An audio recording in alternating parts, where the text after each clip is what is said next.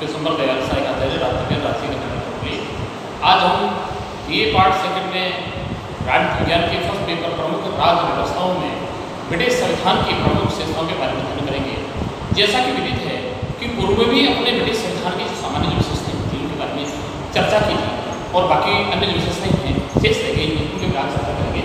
प्रत्येक राष्ट्र का अपना एक संविधान होता है जो देश का सर्वोच्च कानून होता है, जिसका निर्माण पूरे देश की जनता के द्वारा या एक संविधान में प्रतिष्ठापित किया जाता है। कोई व्यक्ति चाहे किस वक्त प्राचीन होता है, कानूनी रूप से किसी के द्वारा भी संविधान का उल्लंघन नहीं किया जा सकता है। आइए हम बात करते हैं ब्रिटिश संविधान की मुख्य जो विशेषताएं हैं। देखिए, ब्रिटिश संविधान का तो निर्माण नहीं किया गया है बल्कि उसका तो विकास हुआ है। ब्रिटिश संविधान ने अपना वर्तमान स्वरूप प्राप्त किया है लगभग 1400 वर्षों के विकास के पश्चात प्राप्त किया है।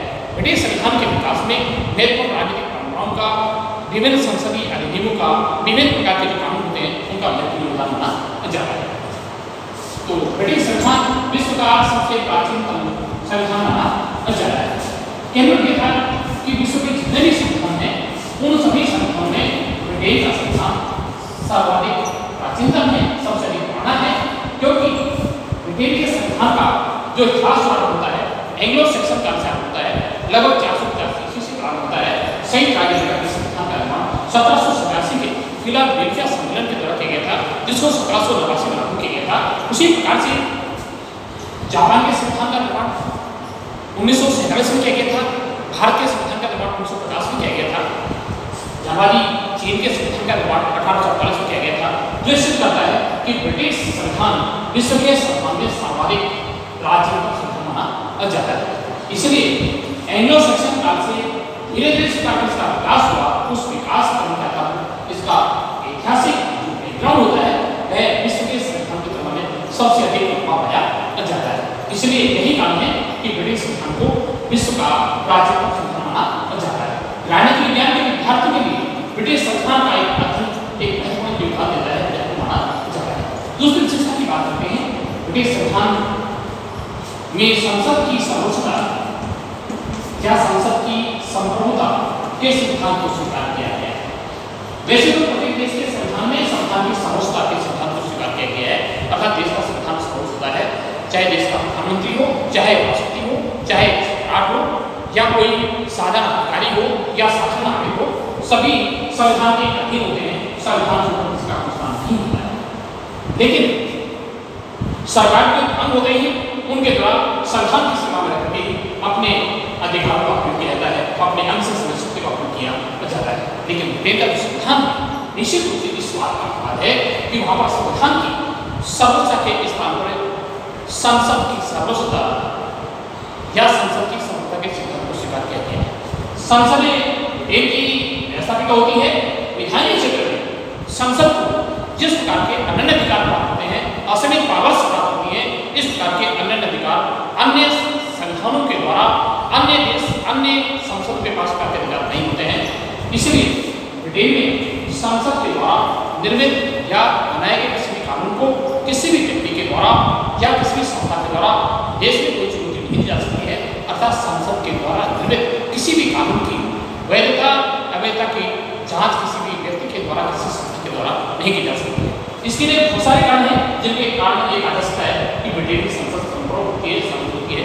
पहली बात यह है कि ब्रिटिश संविधान के द्वारा एकात्मक शासन प्रणाली को अपनाया गया है, अर्थात संविधान के द्वारा शासन की सभी शक्तियों को केंद्रीय सरकार के हक में निहित कर दिया गया है और केंद्र की सरकार के द्वारा ही पूरे राज्य के शासन का संचालन किया जाता है। पूरे देश के लिए सभी प्रकार के आवश्यक कानून का निर्माण करने का काम किया जाता है, कानून बनाए जाते हैं। ये राज्य की सरकार का अस्तित्व यद्यपि प्रशासनिक विभाग की दृष्टि से शक्ति के लोकतांत्रिक शक्ति का विकेंद्रण किया गया है, उनका विभाजन किया गया, विभाजन किया गया, लेकिन ये केंद्र सरकार की इच्छा पर डिपेंड करता है कि स्थानीय स्तर की सरकार को कौन कौन से अधिकार दी जाए, कौन कौन सी शक्तियाँ दी जाए, इन सब के बारे में अंतिम निर्णय लेने की पावर शक्ति होती है वो केंद्रीय सरकार के पास होती है।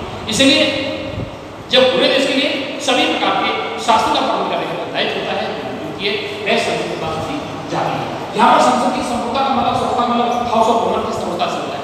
जिस प्रकार से भारतीय संसद के दो सदन होते हैं, लोकसभा और राज्यसभा, उसी प्रकार से ब्रिटिश संसद के भी दो सदन होते हैं, House of Lords and House of Commons, अर्थात लोकसभा और लोकसभा। लोक सदन वो जिस प्रकार की अनंत अधिकार प्राप्त होते हैं, जिस प्रकार की शक्तियां प्राप्त होती हैं, 1911 और 1949 के संसदीय अधिनियमों के पारित होने के दौरान लॉर्ड सभा की शक्ति को बहुत कुछ सीमा तक कम कर दिया गया है और उनके स्थान पर हाउस ऑफ कॉमन्स को लोकसभा को व्यापक अधिकार शक्तियां दी गई हैं।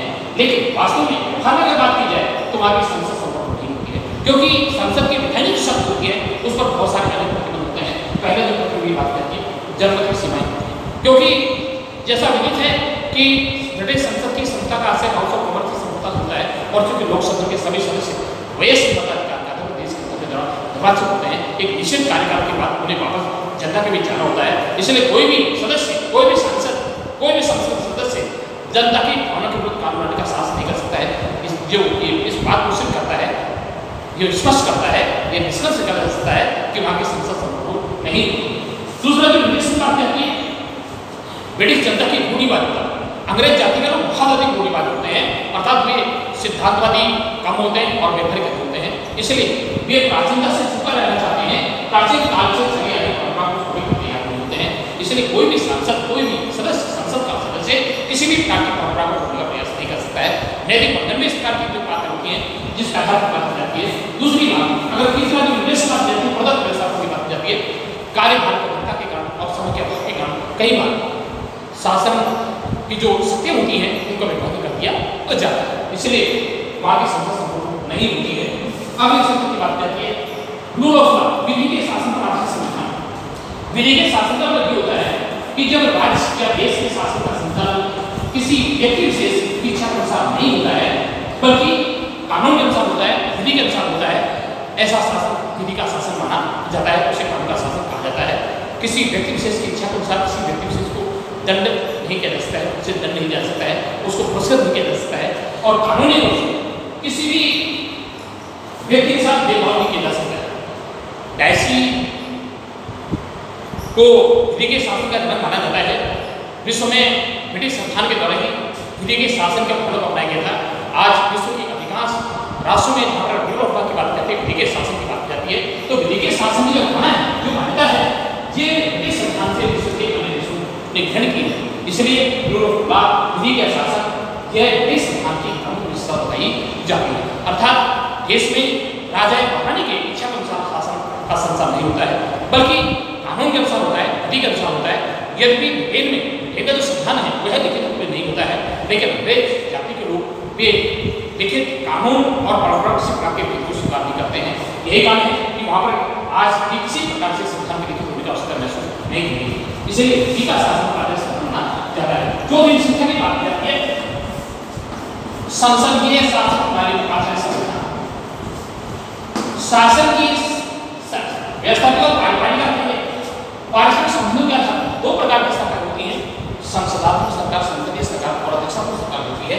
अर्थात जब व्यवस्थापिका और कार्यपालिका में संबंध पाया जाता है, अर्थात जो कार्यपालिका में सदस्य होते हैं, जो मंत्रिपरिषद सदस्य होते हैं, जो मंत्रिपरिषद सदस्य होते हैं, वे व्यवस्थापिका में से ही दिए जाते हैं और वे व्यक्तिगत रूप से अपने विभाग के प्रति और सामूहिक रूप से व्यवस्थापिका के प्रति जवाबदेही होते हैं, उत्तरदायी होते हैं। अर्थात मंत्रिपरिषद के सदस्य तभी तक अपने पद पर रह सकते हैं जब तक नए व्यवस्थापिका के सदस्य उसके विश्वास का समर्थन प्राप्त रहता है। जब व्यवस्थापिका के द्वारा अविश्वास का प्रस्ताव प्राप्त देता है, मंत्रिपरिषद के सदस्य को अपना पद छोड़ना ही होता है।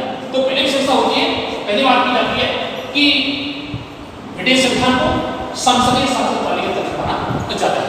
आज विश्व के अन्य राष्ट्रों में जहाँ पर संसदीय शासन प्रणाली का चलन आ जाता है, तो संसदीय शासन की जो धारणा है अन्य सभी राष्ट्रों ने ब्रिटेन से ग्रहण की है। इसलिए संसद का मतलब ये होता है कि ब्रिटेन की जो संसद होती है वह द्विसदनात्मक होती है, दो ही सदन होते हैं, House of Lords and House of Commons, Lok Sabha और लोकसभा।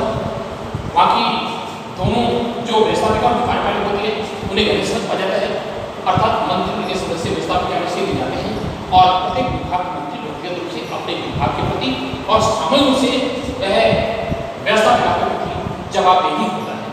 दूसरी विशेषता की बात जाती है कि जो कार्यपालिका व्यवस्थापिका होती है, इसमें कार्यपालिका दो प्रकार की होती है।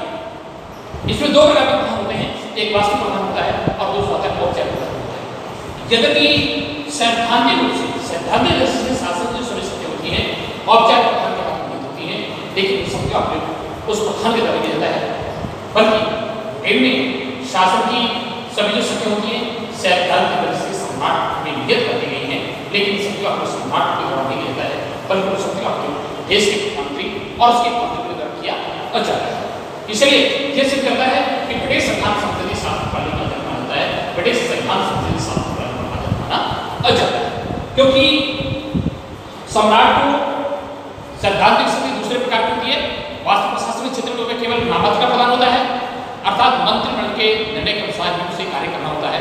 ब्रिटेन में यह परंपरा पाई जाती है, ब्रिटेन का सम्राट कोई गलती नहीं करता, ऐसा कहा जाता है, क्योंकि जब उसे अपने व्यक्तिगत विवेक से प्रयोग करने से कोई कार्य करने की स्वतंत्रता नहीं होती है, उसके द्वारा जो भी कार्य किए जाते हैं वे सब मंत्रिमंडल के प्रयास के अनुसार कार्य करने होते हैं, चाहे संसद अधिवेशन की बात की जाती है, चाहे उसे क्रिसमस की बात की जाती है, ये सब प्रकार के कार्य होते हैं, अंतर्राष्ट्रीय संधियां जो समझौते किए जाते हैं, ये सभी मंत्रिमंडल के प्रयास के अनुसार किए जाते हैं। इसलिए इनमें दो प्रकार के कार्यकाल के प्रधान होते हैं, एक औपचारिक प्रधान होता है, दूसरा वास्तविक प्रधान होता है। ब्रिटिश सम्राट कार्यकाल का औपचारिक प्रधान माना जाता है और देश का प्रधानमंत्री और उसका मंत्रिमंडल कार्यकाल का वास्तविक प्रधान माना जाता है। इसलिए ब्रिटिश संविधान में प्रत्येक व्यक्ति को यह अगली विशेषता की बात करती है धर्मनिरपेक्षता पर आधारित संविधान।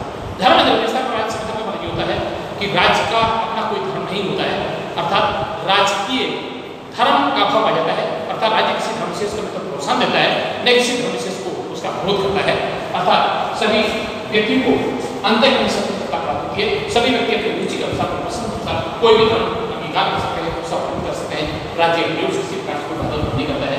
ये ब्रिटिश संविधान ये परंपरा बन जाती है, परंपरा बन जाती है कि सम्राट का धारी जो व्यक्ति होता है वह प्रोटेस्टेंट धर्म कैथोलिक होना चाहिए, अर्थात किसी दूसरे धर्म के अनुयायी को सम्राट के पद पर मनोनीत नहीं किया जा सकता है। और ब्रिटिश संविधान में मिश्र शासन प्रणाली पाई जाती है, अर्थात यहाँ पर राजतंत्र, पुलिसतंत्र और लोकतंत्र तीनों ही शासन प्रणाली से पाया जाता है। पुलिसतंत्र के रूप में अगर बात की जाती है तो यहाँ की जो लोकसभा होती है एक पुलिसतंत्र संस्था होती है, उसके सभी जो सदस्य होते हैं वंशानुगत आधार पर उत्तराधिकार के आधार पर चुने मनोनीत किए जाते हैं। लोकसभा के सदस्य होते हैं वे जनता अधिकार के आधार पर चुने जाते हैं, सम्राट उत्तराधिकार का प्राप्त करता है। इसलिए राजतंत्र राजा महारानी को पाया जाता है, इसके साथ साथ लोकसभा के सदस्य होते हैं, इसलिए मिश्र शासन प्रणाली माना जाता है। तो आज हम ब्रिटिश संविधान की विशेषताओं की केवल यही बात करते हैं, कल बात करते हैं ब्रिटिश संविधान विवेक शिशु है। धन्यवाद।